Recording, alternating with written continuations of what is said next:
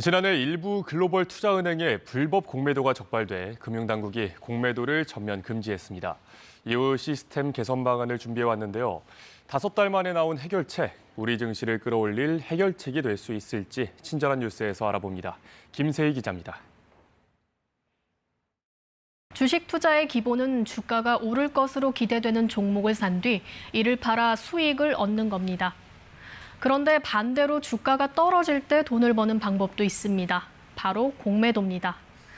예를 들어 한 주에 10만 원인 A 회사의 주식 10주를 증권회사에서 빌린 뒤 이 주식을 매도하면 100만 원이 계좌로 들어오겠죠. 현금을 갖고 있다가 주가가 예상한 대로 5만 원대로 떨어지면 50만 원을 주고 10주를 삽니다. 증권회사에 10주를 갚고 차액 50만 원은 내가 갖게 되는 겁니다. 시장 과열을 막는 등 공매도의 순기능도 있지만 주식을 빌리지도 않고 매도 주문을 하는 무차입 공매도의 경우엔 시장 질서를 어지럽히는 문제가 발생합니다. 실제로 지난해 글로벌 투자은행들이 이 같은 불법 공매도를 하다 적발됐습니다. 당시 적발 규모만 모두 560억 원에 달했습니다.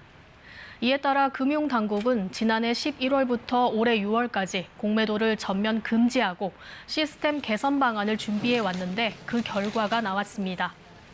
핵심은 수기로 진행되던 공매도를 2개의 전산 시스템으로 바꿔 모든 기관 투자자의 공매도 주문을 검증하는 겁니다. 먼저 1단계로 기관 투자자들은 공매도 잔고 전산 관리 시스템을 만들어야 합니다.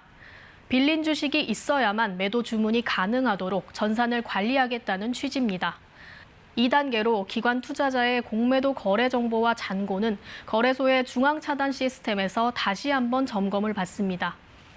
불법 공매도가 그간 국내 투자자들의 시장 신뢰를 저해하며 코리아 디스카운트의 주요 원인으로 작동해온 것은 주지의 사실입니다.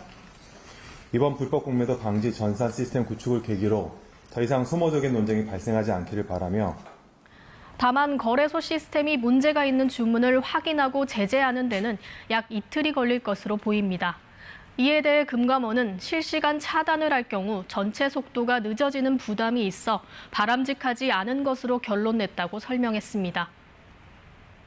이제 시장의 관심은 다음 달까지 금지된 공매도가 언제 재개될 것이냐에 쏠리고 있습니다.